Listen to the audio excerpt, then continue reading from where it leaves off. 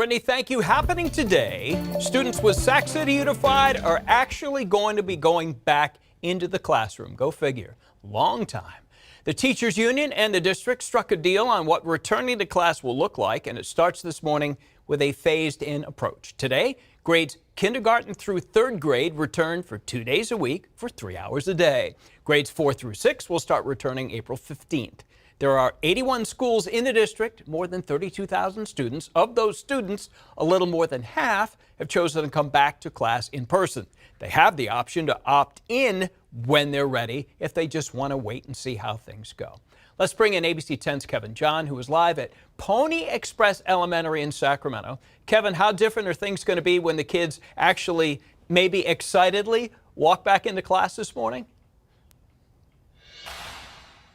Well, Walt, I can tell you this, things will look drastically different compared to what students saw last year when they were on campus. For one, take a look at my feet right here. You will see these social distance markers every 6 feet out here on the sidewalk. And really, this is just to remind students to practice physical distancing. Now, Sac City Unified definitely went through all the hoops to ensure the safety for its students and staff as they welcome kids back onto campus. Now, among some of those safety measures, like I said, of course, physical distancing, also temperature checks, face coverings, and hand washing stations.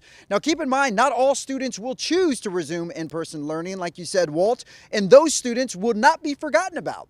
There are high-tech cameras set up throughout classrooms, which will track the teachers as they move, and that will actually help accommodate students learning remotely. Now, while this setup may not be ideal, teachers are embracing it and are excited to be back in the classroom.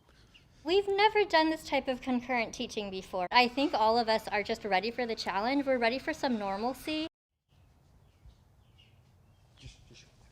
Yes. Now, the school district also released an instructional video on how families should prepare to return to in-person learning. And the main thing that was emphasized in that video, of course, maintaining physical distancing at all times. Now, back out here at Pony Express Elementary School, school set to begin in just a few hours. And as you can see inside this hallway right here, you'll see the signs up for the temperature checks. You'll see the stop the spread of the virus. You'll see hand sanitizer stations all throughout the place. So like I said, Sac City Unified doing everything that they can to ensure the safety for its staff and students. Brittany. Yeah, I would say when my 8th grader was at home, learning from home only, he was really depressed. So when he went back to school, we were grateful to see him happy and laugh again. But as a parent, a lot of sleepless nights making sure they're safe. So I appreciate seeing those videos. Well, school reopenings have been a hot topic for the last year. And a lot of you want to know how things will look like next school year with California set to fully reopen its economy on June 15th.